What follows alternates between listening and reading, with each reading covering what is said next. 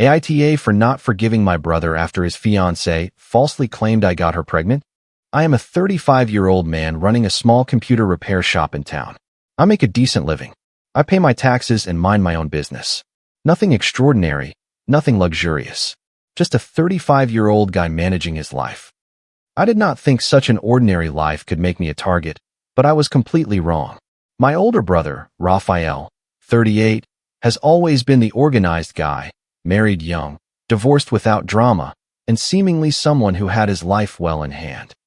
About 3 years ago, he introduced us to Sophia, 32, his new girlfriend, who was very different from his ex. On the surface, she seemed quiet and friendly, but something about her felt off to me right from the start. From the first slightly awkward dinner at my mother's house, I understood that Sophia was not who she claimed to be. She constantly monopolized conversations, always brought topics back to herself, and had this way of subtly putting others down while making it sound like a compliment. I remember once when my mother served dinner, Sophia commented on how brave it was of her to continue cooking traditional dishes at her age. Another time, she complimented my cousin's outfit, saying it was brave to wear those colors with her complexion. While everyone else fell for her game, I remained neutral. No fake enthusiasm, no acting like we were already a big family. I think that is when I got on her radar. She always had an angle, a strategy. When someone talked about their problems, she always found a way to bring the conversation back to herself. Even with strangers, there was always this weird competition. Once, I saw her arguing with a cashier for 20 minutes over a $2 coupon to the point of almost making the teenager cry. A few months later, Raphael announced their engagement. My dad took me aside afterward and said, "That woman is going to bring Raphael trouble. Mark my words." He saw right through her act too. But well, it is not our place to tell a grown man who he should marry. I did not really think about it again until Raphael asked me to give Sophia a job at my shop. She wanted a part-time job while she planned the wedding, and he thought I could do her a favor. When I hesitated, my mother called me, insisting that families should help each other and that it would only be temporary. Raphael kept pressuring me, claiming I was making things difficult for no reason, and during one particularly annoying conversation, he said I owed him since he had recommended me to some clients the previous year. Finally, I agreed, making the biggest mistake of my life. From day one, she was a nightmare employee. She arrived late, talked to customers like they were stupid, and treated my other employees like servants. She constantly interrupted Kevin, my lead technician, while he was helping customers, contradicting his technical advice with completely false information. She accidentally deleted a customer database that we had to recover, then blamed it on the procedures being too confusing. To top it all off, she started changing the work schedules without telling me, giving herself the easiest shifts and leaving the hard tasks to the others. In the first week, she miscounted the inventory so badly that we ordered double the necessary RAM modules. When I brought it up to her, she just shrugged and said her financial brain worked differently from my technical brain. She was constantly on her phone, but would put it away quickly as soon as I walked by. Once, I caught her on Instagram while she was talking to a customer. The customer, an older man who needed to recover data from his late wife's laptop, was explaining how important those photos were to him, and Sophia was scrolling through vacation photos, barely listening. The last straw came when I caught her snooping through private conversations on a customer's computer that we had not yet formatted. When I confronted her, she did not even have the decency to look embarrassed. She simply smiled and said it was due to her natural curiosity. The customer was a local doctor. Those messages could have contained confidential patient information. I could have been held legally liable. When I explained the gravity of the situation to her, she rolled her eyes and said, "Nobody is going to sue you.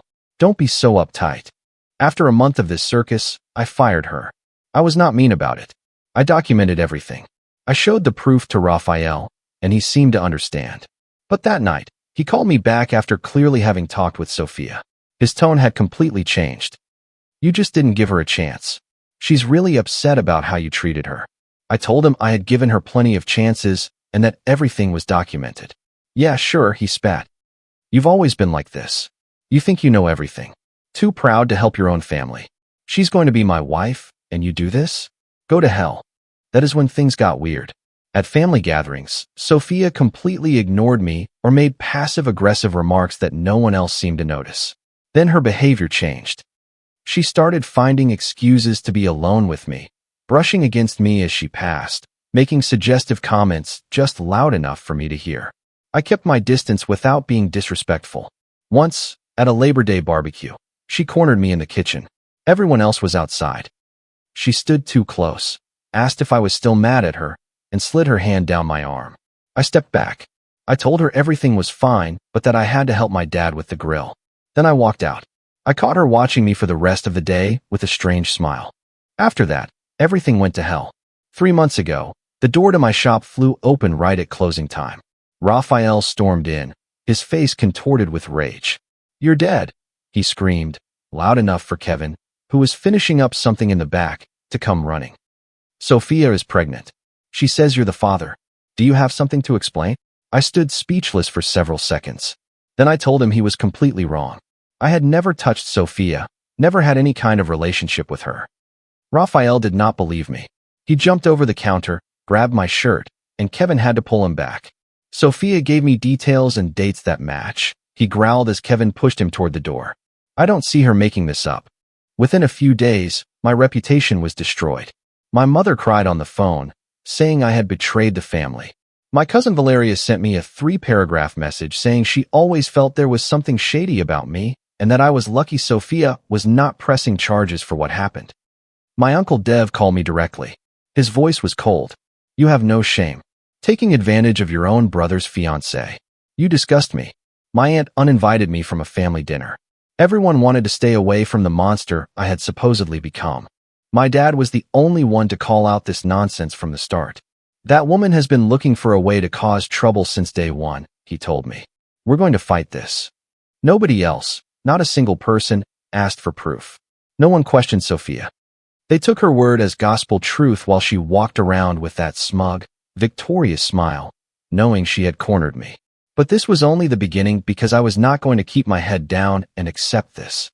If my brother and half of my family wanted to throw me under the bus without a shred of evidence, they were soon going to learn exactly what happens when you bet on the wrong horse.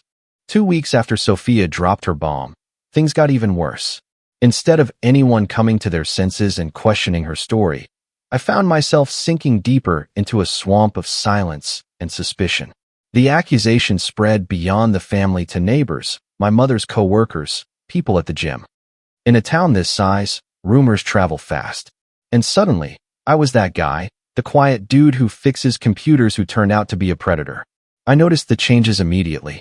The barista at my usual coffee shop, who always discussed weekend plans with me, started handing me my order in silence. The owner of the hardware store next to my shop, whom I had known for 7 years, suddenly always found a reason to be in the back when I walked in. My business took a direct hit. 3 regular clients canceled their service contracts in the same week with vague excuses about budget cuts or a change in management. Sure, after years of satisfactory service, they all coincidentally decided to cut costs the exact month Sophia's story was spreading through town. It was not just older clients, either. A tech startup that sent me all their hardware repairs suddenly stopped all communication. The owner, with whom I sometimes played basketball, stopped answering my calls. I later learned he had switched to a shop located 30 miles away rather than continue working with me. Raphael cut me out of his life completely. He did not answer calls or messages, not even to acknowledge my request for a DNA test. His silence was not passive. It carried weight. It was a conviction without a trial. My mother took Raphael's side without hesitation. One evening, she called me, her voice trembling, and asked if it was possible that I had done something to Sophia. That is when I realized how serious the situation was. Possible, I replied. Mom, I've never been alone with her, except at the shop with employees and customers around. You know me. Do you really think I would do that?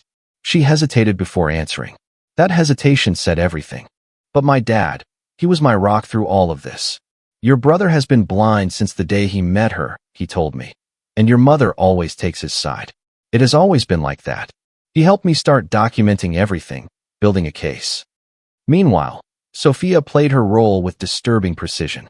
She constantly added new details to her story. She talked about how understanding I had been while she was going through a period of emotional confusion, how I manipulated her with sweet words. She told this story with tears in her eyes to Raphael, my mother, and my aunt, who called me to say she could not help but be horrified by what she had heard. There was still no medical proof. Sophia claimed to be pregnant, but had provided no documents. She refused a DNA test 3 times, claiming it would be dangerous for the fetus and that she needed emotional stability rather than a hostile environment. I started wondering if this was not just an attack against me, but a calculated strategy to get something else: attention, control over Raphael, money, or simply the sadistic pleasure of destroying someone's life. This was not drama. It was the premeditated destruction of a person's reputation. Kevin was the only employee to stay after the rumors started. I saw how she behaved, boss, he told me after a particularly slow day at the shop. She was always trying to be alone with you. She would touch your arm, lean in too close. I saw her do it when she thought no one was looking. She's full of it, and I'll tell that to anyone who asks. My dad suggested I try talking directly to Raphael one last time. I agreed to meet him at a diner. Big mistake. Raphael arrived already very agitated, his eyes red as if he had not slept in days. Just admit what you did, he said in a low but intense voice. Admit it. I looked him straight in the eyes. I never touched Sophia. Never. She is lying, and you're too blind to realize it. He stood up so abruptly that his chair fell backward. People turned to look as he leaned over the table. You're dead to me, he hissed before storming out. That night, I contacted a lawyer specializing in defamation cases. After listening to my story for almost an hour, he looked me in the eyes and said, "This won't go away on its own. If you let this version take hold without fighting it, no matter how innocent you are, people will always remember what she said, not your silence." That hit me hard because he was right. What hurts the most is not the lie itself. It is the abandonment. The feeling of being guilty by default. The way Raphael and my mother chose the comfort of the lie over the discomfort of questioning it. But I am telling you now, this game is not going to end the way Sophia imagines. I am going to make every single one of them look me in the eye when the truth comes out. And when that moment comes, I will not hesitate to make them pay for every act of betrayal they committed against me. A month after this nightmare began, the situation got even more twisted. Every morning, I woke up feeling like I was being judged by an invisible court. A court that does not need evidence, only rumors. Sophia's story gets more elaborate every time she tells it.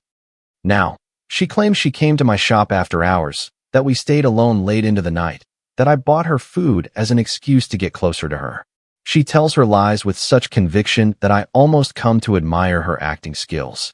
She is neither confused nor hurt. She is a calculating performer relishing her own drama. She even got very specific with the details. She claimed we had a moment in the back storage room during my shop's Christmas party. The problem? I have never thrown a Christmas party at my shop. We always just give out gift cards and an extra day off. It is such an obvious lie, but Raphael is too blinded to notice her inconsistencies. The consequences on my daily life have been brutal. I lost 3 major contracts with clients who suddenly preferred not to get involved in a situation that could compromise their company's integrity. My reputation, which I built over the years through honest work, has now become a liability. My biggest corporate client, a medical practice with 4 locations, terminated their $4,000 monthly service contract overnight. The office manager I had been working with for 3 years could not even look me in the eye when she broke the news. "It's not personal," she said. "It's just an image issue." An image issue, as if I were a public relations problem, not a human being whose life is being methodically destroyed by lies. Even at the restaurant where I had my breakfast every Saturday for 5 years, the owner, with whom I often discussed sports and politics, could not look me in the eye. He just set down my coffee and walked away into the kitchen without saying a word. That is when I truly understood. This accusation had taken root in people's minds. Proof or no proof. I do not need proof to know it. I see it in the averted gazes, the closing doors, the conversations that stop the moment I walk into a room. Meanwhile, Sophia started posting passive-aggressive messages on social media without ever mentioning me by name, but with phrases like, "When monsters have the face of an angel," or "Justice sometimes comes in the form of a child." People commented with messages of support, not realizing they were participating in a public lynching. I had to start taking screenshots of everything she posted. My lawyer said we needed to document the pattern of defamation, the way she deliberately cultivated public sympathy while destroying my reputation. It is surreal to watch her weave this elaborate fantasy, to know the truth, but to be unable to convince anyone to believe it. The irony is that while I am fighting to clear my name, she has created a heroic narrative where she is not just a victim, but a martyr. And nobody, not a single person besides my dad and Kevin, has asked for proof. The presumption of innocence simply does not seem to apply to me. My best friend Roberto has been solid throughout this whole ordeal. He has known me since high school and did not believe Sophia's story for a second. Do you remember Jane Miller in our senior year? He reminded me one night over burgers at his place, the only place besides my apartment where I still felt comfortable. She pulled the same kind of manipulation. Different stories, same strategy. Sophia is going to make a mistake eventually, and when that happens, we'll be ready. The only progress came thanks to my lawyer. We methodically documented every incident since the day Sophia started working at my shop. Kevin gave a written statement regarding her inappropriate behavior toward me. We gathered employee reports on her incompetence and lack of professionalism. My lawyer even tracked down Sophia's former employers, discovering a pattern of workplace issues and false accusations. It turns out this was not her first time. She had worked at a marketing agency in the neighboring county and left under mysterious circumstances. My lawyer contacted her former supervisor, who initially refused to talk. But after we explained the situation, he reluctantly admitted there had been concerns regarding her interactions with colleagues and questions about her professional conduct.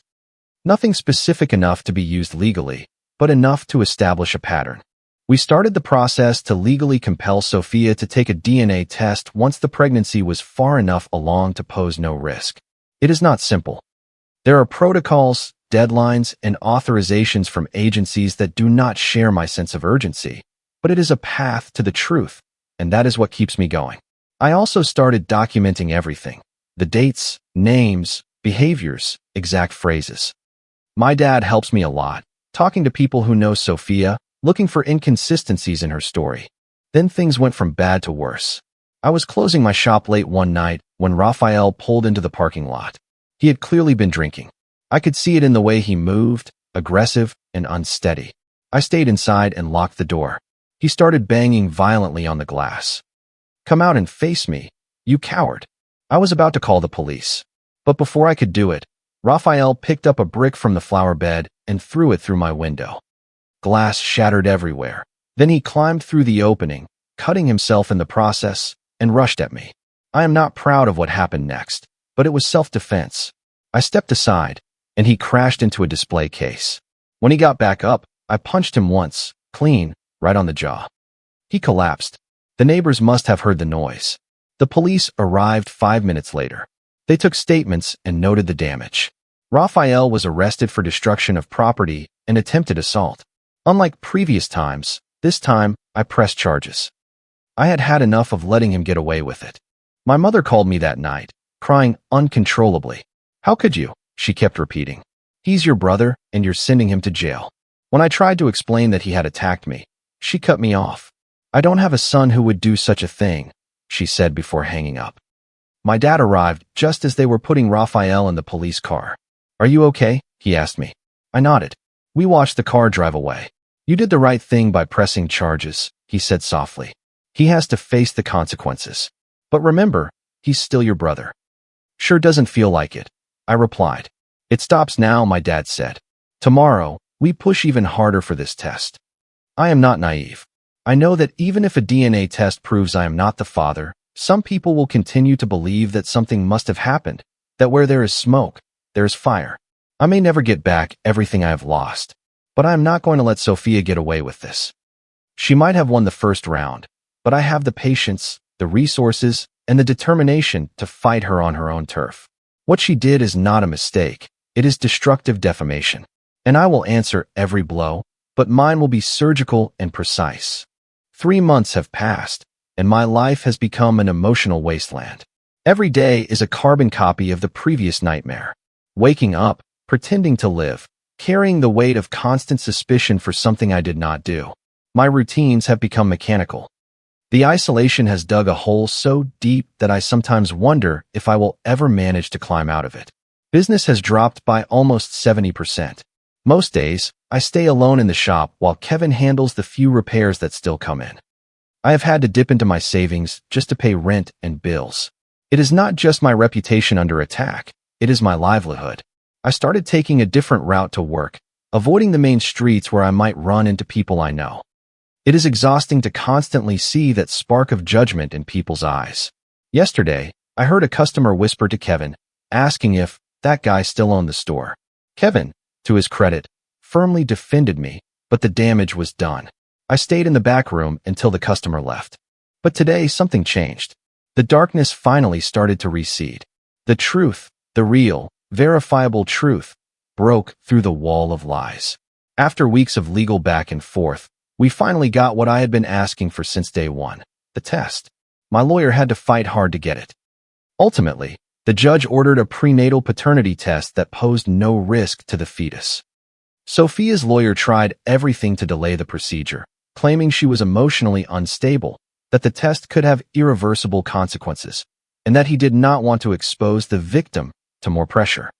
But after my dad talked about the case to some journalist friends and the story started gaining traction, the judge agreed. The procedure was carried out at a private clinic under legal supervision. I will never forget Sophia's face when she walked in. No fear, no shame, just annoyance, as if all of this were a useless waste of time. A simple little obstacle before going back to her charade. She walked past me with her head held high, as if I didn't even deserve her attention. But I saw that moment, that split second where her mask slipped, and I caught a glimpse of panic in her eyes. She knew what the results were going to show. She already knew what a disaster she had gotten herself into. The 2-week wait for the results was the longest of my life. I barely slept. I constantly held my phone in my hand, waiting for the call that would confirm what I already knew. When the results finally arrived, I did not react.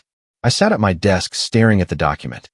Probability of paternity, 0%. That 0 was my redemption. Proof that everything I had endured was the result of a calculated lie by someone who had underestimated how hard I was willing to fight. My lawyer sent the results to Raphael that same day. For 3 days, total silence. It was as if everyone who had rushed to condemn me suddenly needed to hide from their mistake. Finally, on the 4th day, I received a text from him. I need time. We'll talk later. That was it. No apologies, no acknowledgement of his mistake, no shame, just an empty message. The tepidness of a coward that only strengthened my resolve. Then things got even more interesting.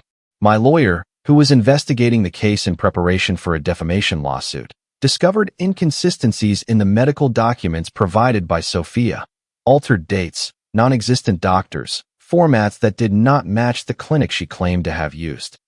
When we checked with the clinic where the DNA test was performed, we discovered they had no prior records in her name, no appointments, no exams, no prescriptions, nothing. That is when my lawyer carefully articulated what I was already beginning to suspect. Sophia had never been pregnant. At first, I had a hard time believing it.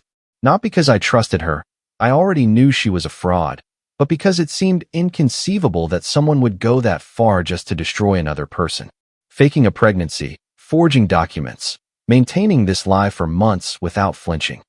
All of this for revenge against someone who had fired her from a part-time job. But the evidence was irrefutable. Sophia was not just a liar. She was a pathological manipulator with a talent for destruction. My lawyer kept digging. He uncovered a similar pattern of behavior in her past. She had pulled similar stunts in 2 previous relationships, though never to such an extreme level. Former boyfriends who had upset her suddenly found themselves accused of harassment, stalking, or emotional abuse. One of them almost lost his teaching job because of false accusations she had made to his principal. Luckily for him, she had made mistakes with the details. Security cameras proved he was not even at the location where she claimed the incident took place. We presented everything to the judge. The DNA results, the forged medical documents, and the testimonies of people who were finally starting to question the story. Kevin testified that he had seen Sophia make advances toward me multiple times and get angry when I did not reciprocate. Roberto provided screenshots of contradictory posts she had made on social media regarding her supposed pregnancy. Now, the house of cards was collapsing, not with a loud crash, but with the slow, inevitable grinding of a lie that could no longer support its own weight. The next step is the legal response. For the first time in months, I can sleep without feeling like there is a knife stuck in my back. The truth has given me back my voice, my name, my dignity. And now that I have them back, I am heading toward what I have been waiting for since the beginning, making her pay. Because if she thought all this would end with a simple negative test, she was dead wrong. This is only the beginning. For months after the first lie, the atmosphere has changed. Not calmed, but transformed. We have gone from accusatory glares and thinly veiled threats to a collective retreat, not to repair the damage, but to hide the shame of having participated in such a grotesque farce. The truth brought no comfort. It exposed all the rotten seams of our family fabric, revealing fragile loyalties and betrayals disguised as neutrality. Now that the DNA results are official and the irregularities in Sophia's medical documents have been exposed, new rumors are circulating. Some family members say maybe Sophia was just confused. Others suggest she might have mental health issues. Still others say she is not right in the head and that this was all the result of an emotional breakdown. But not a single person, not one, except my dad, Kevin, and Roberto, has offered me a direct apology. The shame has turned them all into cowards. It is easier to invent excuses than to admit they condemned an innocent man they had known their whole lives. My aunt, the same one who uninvited me from the family dinner, had the nerve to tell my dad that we all needed to move on as a family. Move on as if it were a simple disagreement over Thanksgiving politics. She did not even have the courage to say it to my face.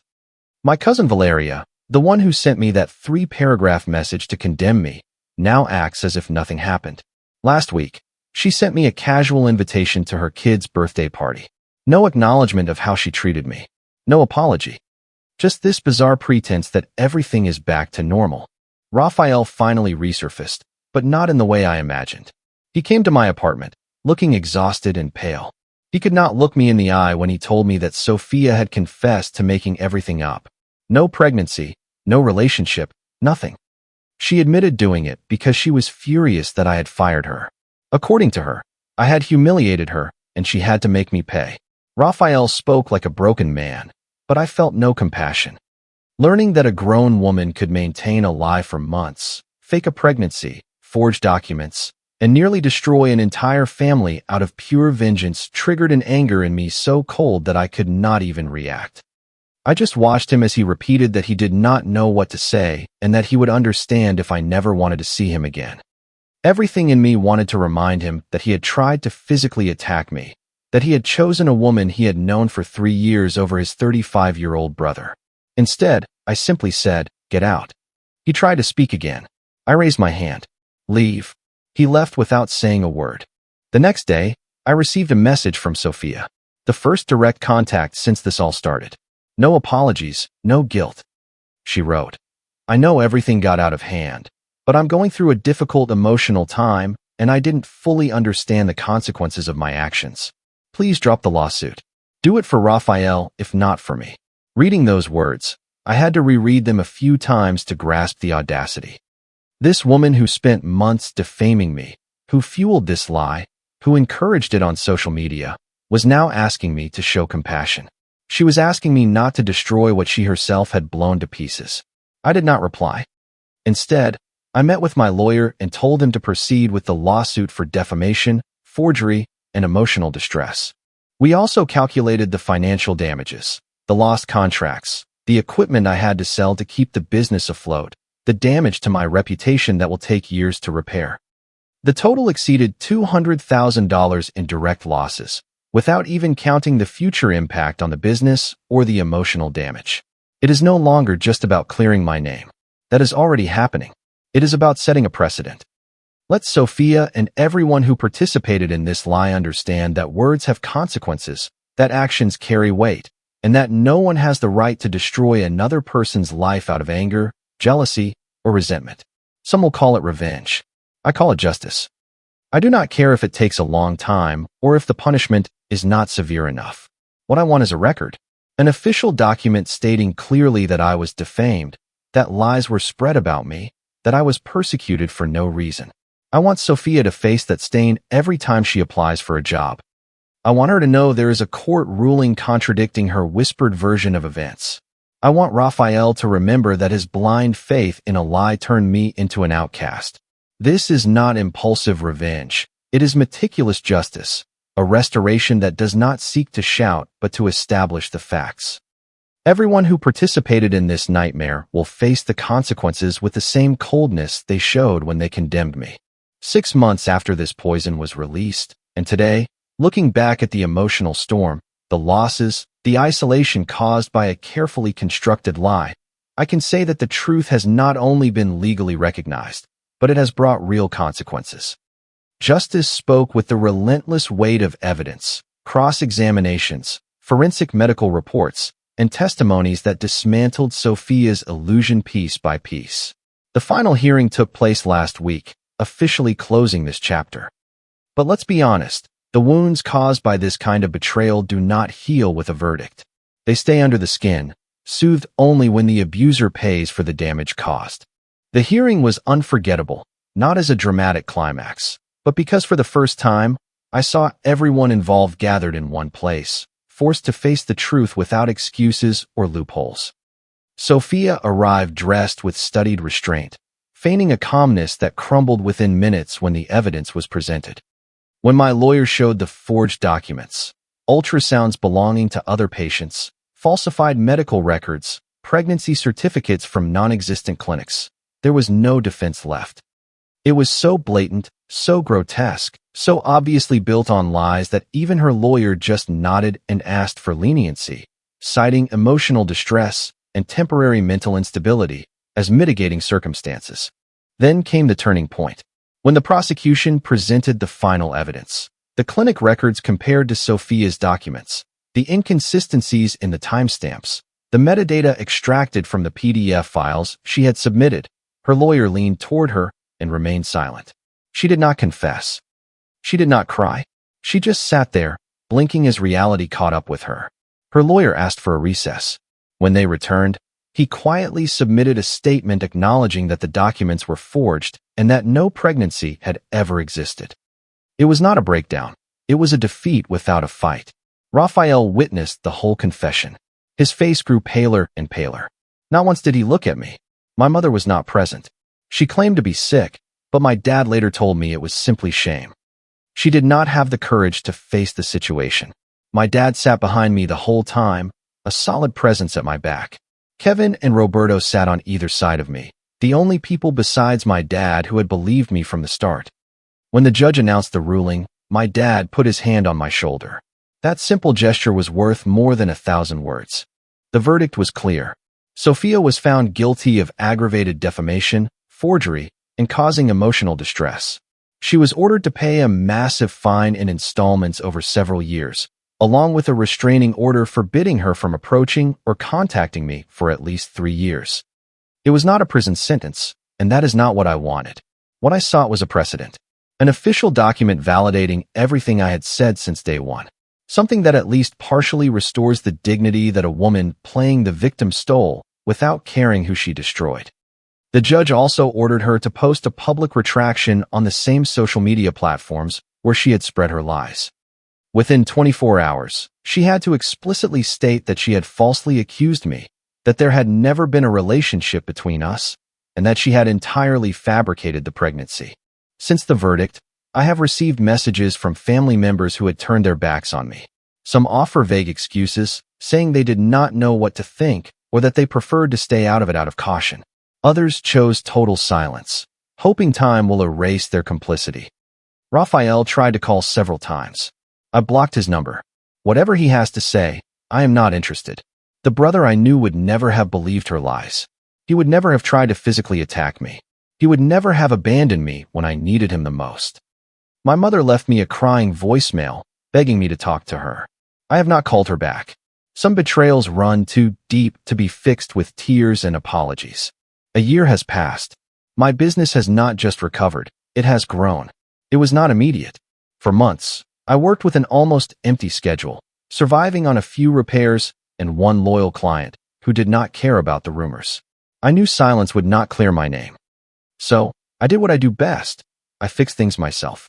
I posted the court ruling and my whole story on the company website. I pinned it to our Google reviews and let the evidence speak for itself. One of the big corporate clients who had dropped me came back after their legal team saw the ruling. That contract alone covered months of operating costs. I did not beg for trust. I rebuilt it piece by piece.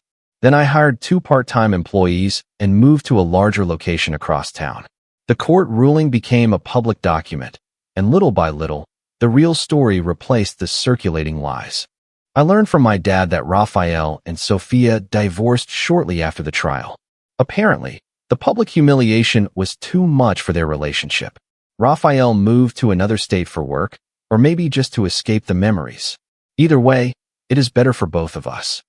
He tried to reach out again last month, this time through a letter, a handwritten letter saying he wanted to make amends, that he had been blinded by love and manipulated by a professional liar.